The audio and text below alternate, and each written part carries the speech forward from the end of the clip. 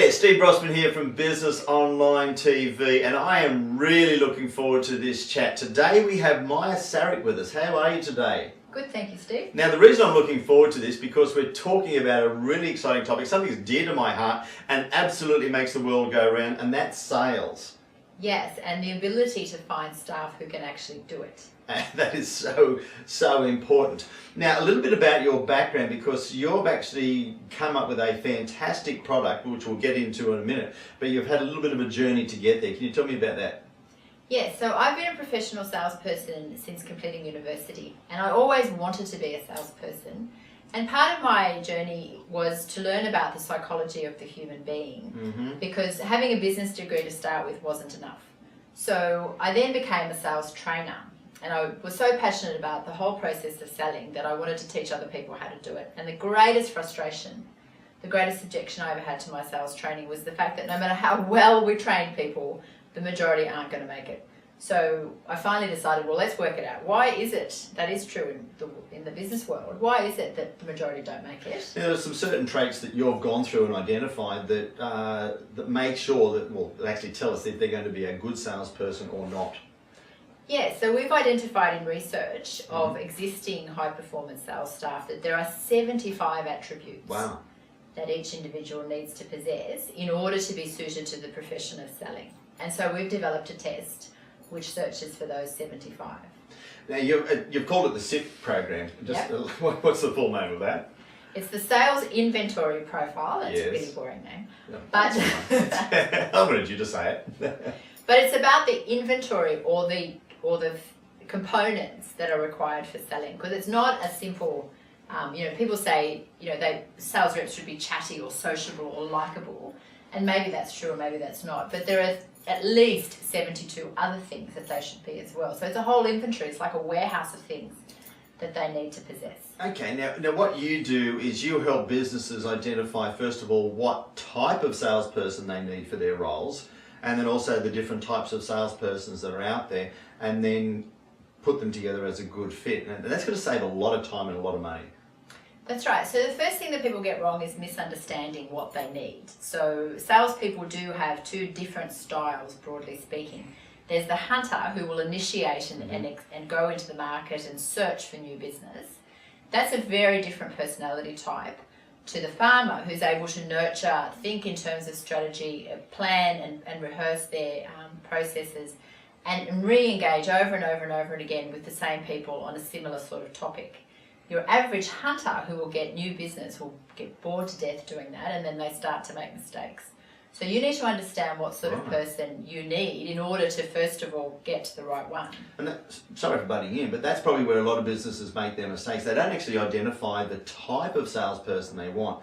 They just put their hand up and say, I need a salesperson to go out and sell. That's right. So most people don't understand the component parts of selling to begin with, or in terms of their own business, what the greatest need is at the moment.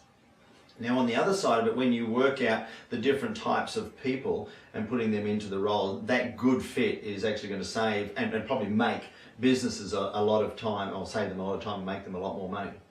Yeah, so first of all, we have a recruitment program that helps you to locate the sales staff. So everybody that applies to your job has to complete the SIP process.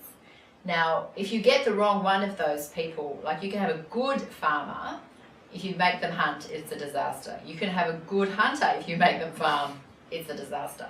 So first of all, we understand what sort they are, and then we fit that to the sort of job that you have.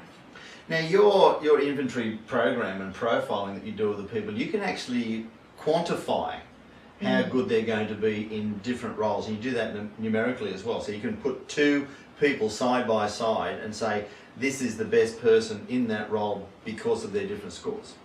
Yeah, so it's not just, the SIP profile is not just extra information like yet another document to read. There is a document to read if you wish, but it's an IQ system, which means it gives you a percentage of the 75 attributes that the test is searching for. So you can line people up numerically on a spreadsheet and say, well, this one's got 73% or this one's got 72%.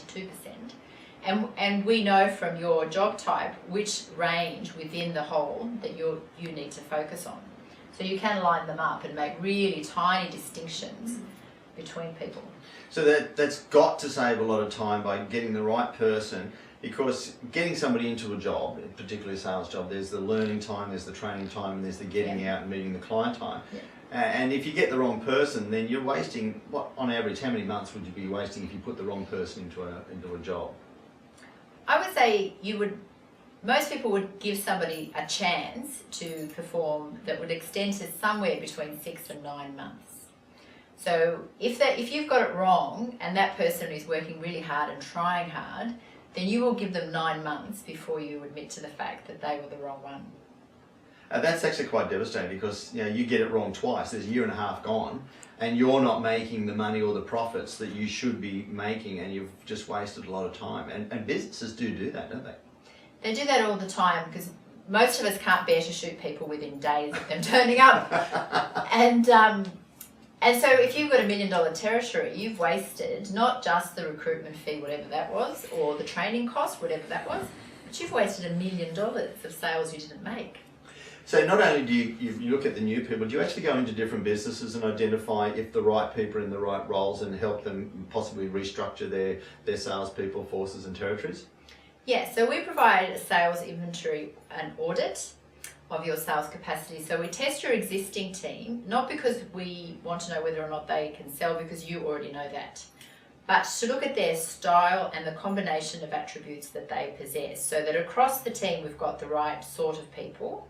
Sometimes that means we're going to move people around to support each other, because one's really good at closing and the other's really good at strategy. Between them, they're perfect, right?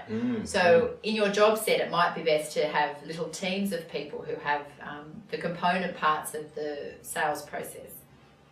Look, to me, it sounds like one of the best numerical programs that are out there on the market, and you do this different to anybody else. But it just makes sense to know if your right people are in the right jobs, doing the right thing. So people really should just get the audit to make sure that their business is performing optimally. Yes, and sometimes we've got resources that lie dormant and you don't realise. There are people who are currently in sales support or in customer service who might be extraordinarily good sales staff for you, already know your product, already know your culture, you like them already, they fit your business, but they've been too shy, or they've never thought of it, or your life hasn't led them that way. Just uncovering gems. Yes, so I trained as an accountant, for example, straight out of school, but ended up luckily in sales. And there are lots of people in your business at the moment who are in a different job function who actually have what it takes. Okay.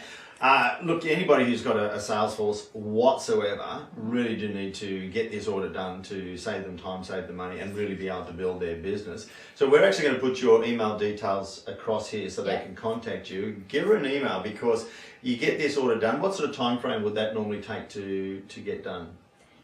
The sales audit we usually do over a 2-week period, Great. And we recruit over usually 2 months. Okay, so if you're in sales, you've got sales in your business, and you really do want to know whether you're performing optimally and you want to recruit the right people, just give Maya an email and she'll be able to contact you and show you what the next steps are, particularly with your salespeople. Yes. Thank you so much for coming in. It's a little bit more in depth than what I'd expected, but I think it's a fascinating topic to be able to identify those 75 plus ways of, or 75 plus traits of a really good salesperson. Yes, thank you. See you again soon. Cheers.